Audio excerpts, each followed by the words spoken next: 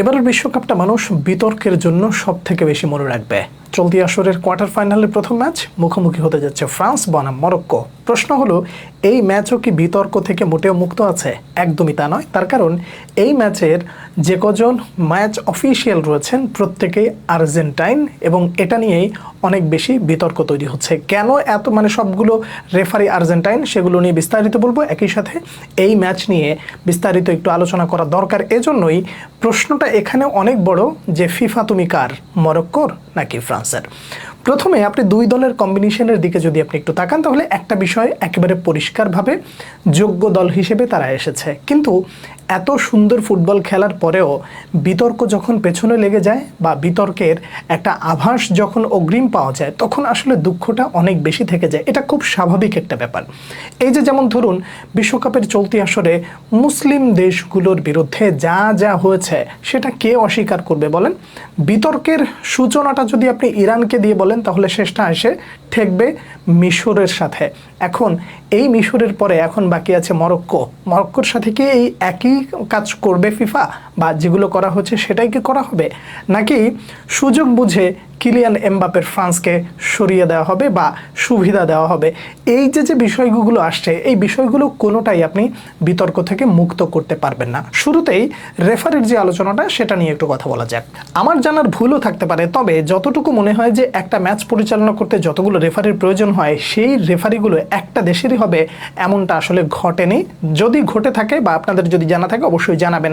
আর এই জন্যই প্রশ্নটা উঠেছে যে ফ্রান্স এবং মরক্কোর ম্যাচে সবগুলো রেফারি কেন আর্জেন্টাইন। আর এই জন্যই আপনাকে একটা বিষয় সবার আগে ক্লিয়ার করে নিতে চাই যে আসলে ফিফার রুলস বা নিয়মটা কি বলে রেফারি নিয়োগের ক্ষেত্রে। প্রথমত একটা ব্যাপার একেবারেই পরিষ্কার, সেটা হলো যেই দুই দেশ মাঠে নামবে বা খেলতে নামবে, এই দুই দেশের কোনো রেফারি ম্যাচ অফিসিয়ালস এই ম্যাচের দায়িত্ব পাবেন না। তাহলে একটা বিষয় ক্লিয়ার হয়ে গেল যে রেফারি যারা আসবেন তারা ভিন্ন একটা দেশের হতে হবে। প্রশ্নটা এখানে তাহলে কেন আর্জেন্টাইন? দেখুন, একটা বিষয় একেবারেই পরিষ্কার, বা আপনারা যারা কম বেশি খবরাখবর রাখেন তারা জেনে থাকবেন যে ম্যাচ পরিচালনার ক্ষেত্রে যে রেফারিরা থেকে থাকেন তাদেরকে আসলে কখনো কখনো একই দেশের 3 জন থাকে, একই দেশের 2 জন থাকে, আবার কখনো কখনো মেইন যে রেফারি তিনি থাকেন এক দেশের, বাকিটা থাকেন আর এক দেশের।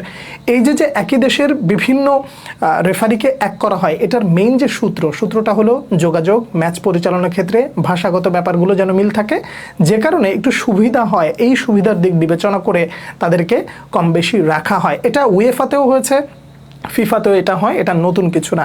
কিন্তু প্রশ্নটা আসলে থেকে যায় যে ফিফা এই বিশ্বকাপে যেই পরিমাণ বিতর্কের জন্ম দিয়েছে, সেই বিতর্কের জায়গায় প্রথম যে কারণ, সেটা প্রথম নাম্বার যে জায়গাটা, সেটা হলো মুসলিম দেশের বিরুদ্ধে বা যারা খেলতে আসছে তাদের বিরুদ্ধে যেই ধরনের আচরণ করেছে, সেটা কি আসলে আবার পুনরায় হবে কিনা, এটা যেমন একটা প্রশ্ন।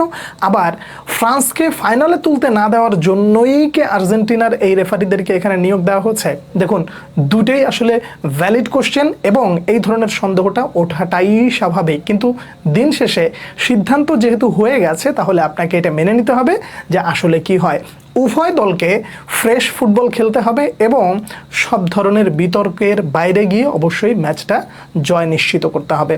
এবার আসেন দুই দলের সমন্বয় এবং বর্তমান পরিস্থিতি নিয়ে। মরক্কোর কথা যদি বলি, তাহলে একটা পরিষ্কার বার্তা, তারা একটা জিনিস সবাইকেই ক্লিয়ার করে দিতে চেয়েছে যে দুনিয়া এদিক সেদিক যা হয় হোক, আমরা আসলে আমাদের ন্যাচারাল ফুটবলটা মন প্রাণ দিয়ে খেলতে চাই। কেন আসলে এই চিন্তাটা বা এই ধরনের বার্তাটা তারা দিল?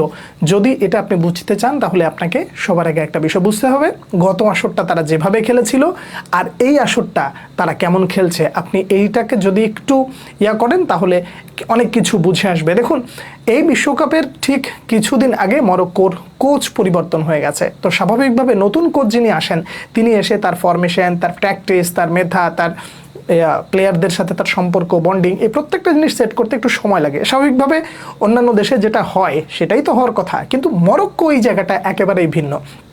কোচ যেই আসুক না কেন, আমরা আমাদের সুন্দর ফুটবলটা বা ন্যাচারাল ফুটবলটা খেলতে চাই। অন্য কেউ আসলে কেমন করবে সেই আলাপ পরে। এখন যিনি আছেন নতুন করে এসে এই মরক্কোর রিদমটাকে ঠিক রেখেছেন, মরক্কোর যে পজিশন বেসড ফুটবল সেটাকে ঠিক রেখেছেন। তারা যেভাবে ছোট ছোট পাসে এরপরে প্রতিপক্ষের দিকে এগিয়ে যায়, যখন ডিফেন্ড করার প্রয়োজন হয় তখন ডিফেন্ড করে, যখন মিডফিল্ড ব্লক করতে হয় তখন সেটা করে, এবং যখন অ্যাটাকিংয়ে যেতে হয় তখন সেটাও করে। এই প্রত্যেকটা জিনিস যখন একটা দল স্মুথলি করতে পারে তখন তাদের খেলাটা সুন্দর হয়। থ্রু আউট দ্য টুর্নামেন্ট আপনারা নিশ্চয়ই মরক্কোর খেলাটা যদি দেখে থাকেন তাহলে নিশ্চয়ই এনজয় করেছেন। তাহলে বোঝা যায় যে এই ম্যাচ মরক্কো মোটেও সহজ প্রতিপক্ষ হবে না ফ্রান্সের জন্য, এবং ফ্রান্সের এই জায়গাটা আরও ভালোভাবে জেনে নিতে হবে যে পুরো টুর্নামেন্ট আসলে আমরা যেভাবে খেলে এসেছি, এইবার পরবর্তী রাউন্ড অর্থাৎ সেমিফাইনালে যেতে হলে একটা ভালো সমন্বয় বা একটা শক্তিধর দলের বিপক্ষে আমাদের খেলতে হচ্ছে। একজন ফ্রান্সের সাপোর্টার হিসেবে আপনি এই মুহূর্তে যে প্রশ্নটা আপনার মনের মধ্যে ঘুরপাক খাচ্ছে সেটা খুব স্বাভাবিক ব্যাপার, যে ফ্রান্সের বিপক্ষে যদি সিদ্ধান্ত যায় তাহলে কি ফিফার এই কারসাজি আবারও প্রমাণিত হবে যে ফাইনালে যেন শক্ত কোনো প্রতিপক্ষ না থাকে সেটার জন্য করা হচ্ছে। দেখুন, এটা যখন ম্যাচ শেষ হবে তখন বলা যাবে, আগে তো এইভাবে কিছু বলা যায় না। যে কারণে দুই দলকেই ফ্রেশ ফুটবল, একই সাথে বিতর্কমুক্ত ফুটবল খেলে নিজেদের জয়টাকে নিশ্চিত করতে হবে।